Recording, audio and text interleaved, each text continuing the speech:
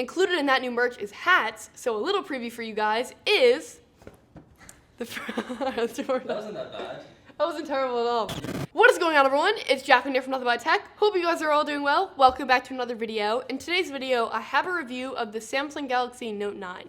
I've been using this phone for a while, so I want to give you guys my thoughts on it. But before we start the video, a little update for you guys. A lot of new merch is coming soon. Included in that new merch is hats. So a little preview for you guys is this.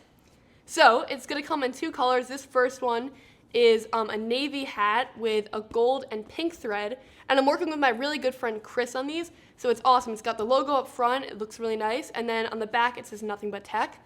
So that's the navy hat, but we're also getting a pink hat. So pink here. On this one you're getting a gold and a navy thread, and then Nothing But Tech on the back as well.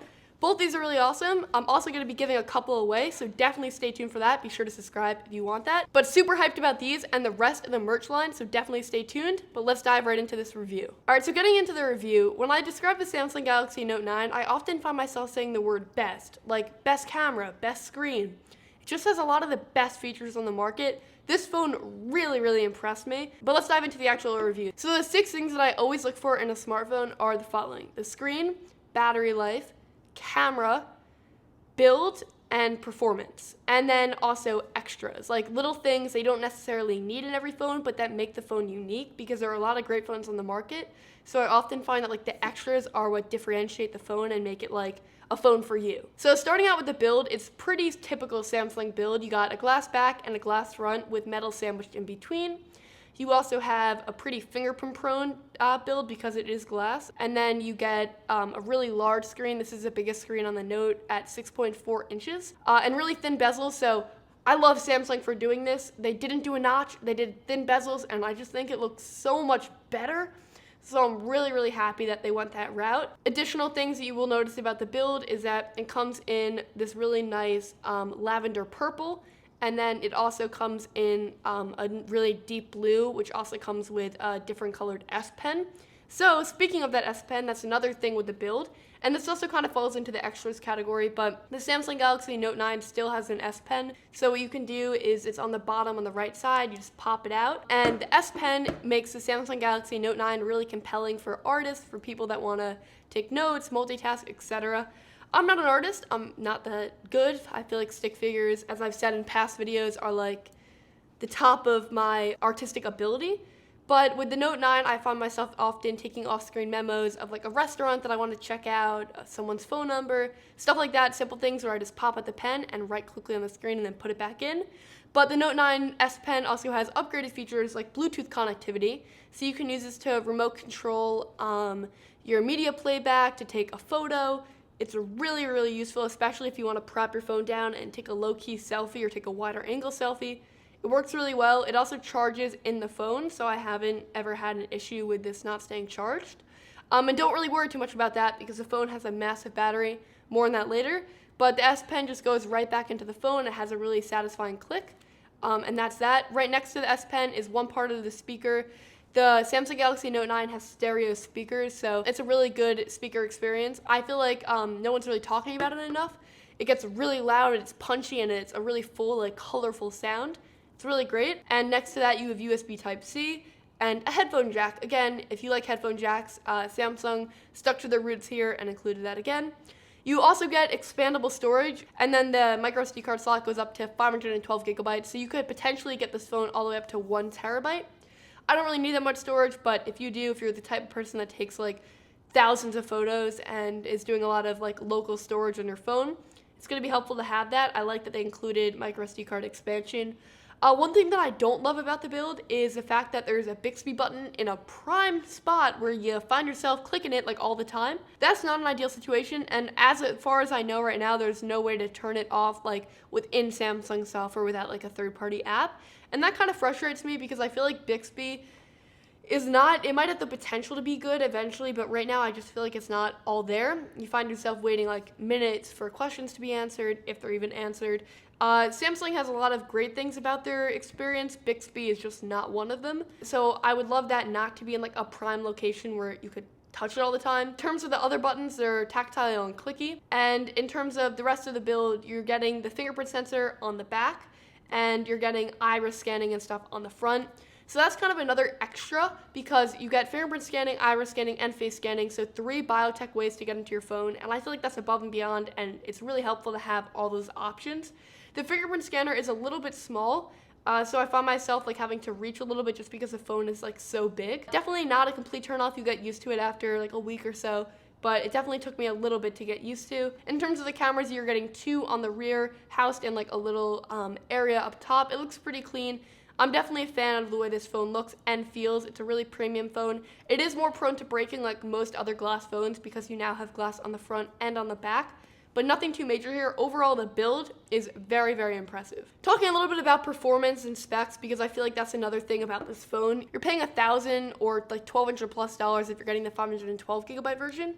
So you're gonna wanna get pretty good specs here, and you definitely do. On the base model, you're getting 6 gigabytes of RAM, a Snapdragon 845 chip, and a 4,000 milliamp hour battery. So I asked you, what do you wanna know about this phone? And a lot of you said, I wanna know about the battery life, how is it? And it's phenomenal. This is the best battery life that I've gotten on a recent flagship in 2018. Obviously, the screen takes a lot of the battery life, so it's not like an A+ battery, but I would say it's pretty solid. It's definitely like in the A range. It's 4,000 milliamp hours. I'm getting 5 to 6 hours of screen on time on my use, which is pretty heavy. It's media consumption, like YouTube videos, Twitter, Instagram, editing photos. That's impressive. I would say 6 is like the max that I'm getting. I'm probably somewhere around like 4.5 to 5 hours on a daily, but that's really, really good for me. And this is probably the best battery on a flagship of this caliber, and I'm really glad that Samsung put in time to make this phone have really good battery life, because if you're having all these amazing features and the phone dies, what really does that do for you? So I'm glad that the battery life is there. In terms of performance, it's really snappy.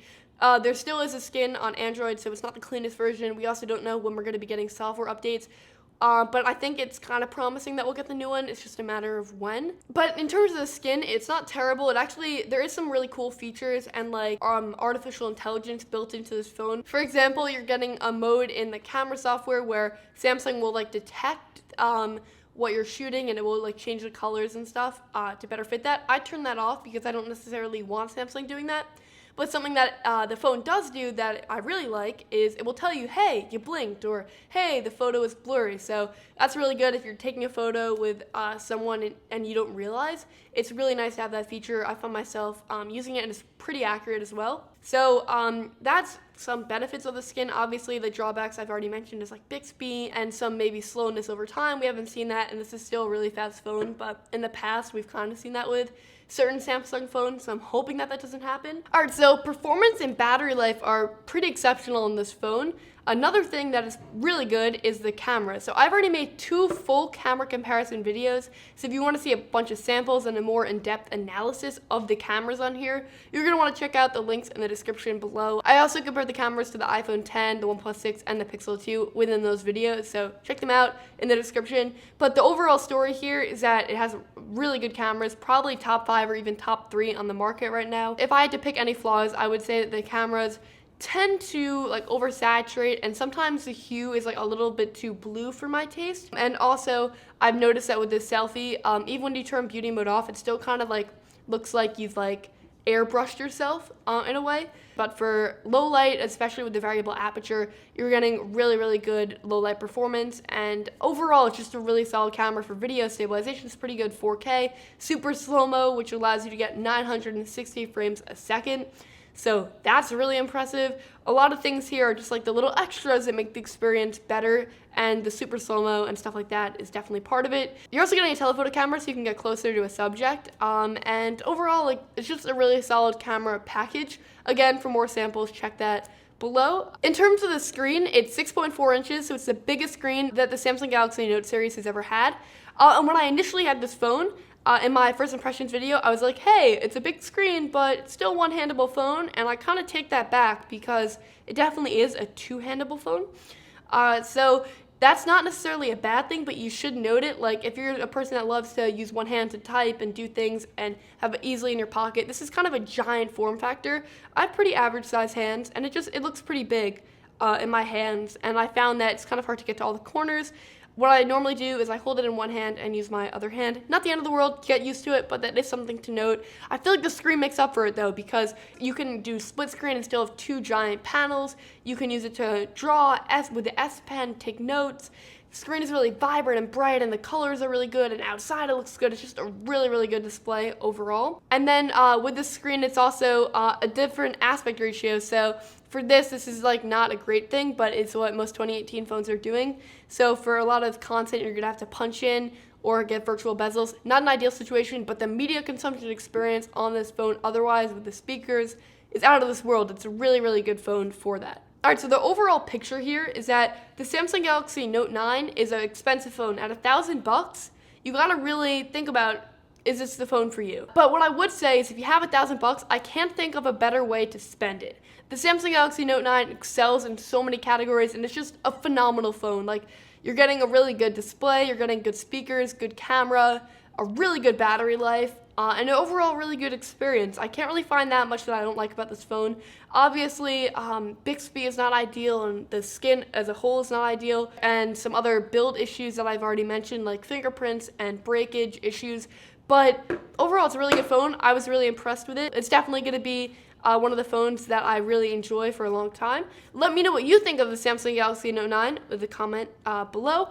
Thank you guys all so much for watching this video. This is a new set in the studio. The studio is really coming together, so expect like a full office tour very soon. Be sure to subscribe so you don't miss any other content, and check out my other content right here. I appreciate you guys all watching this video, and I hope to catch you guys all in the next one. Bye!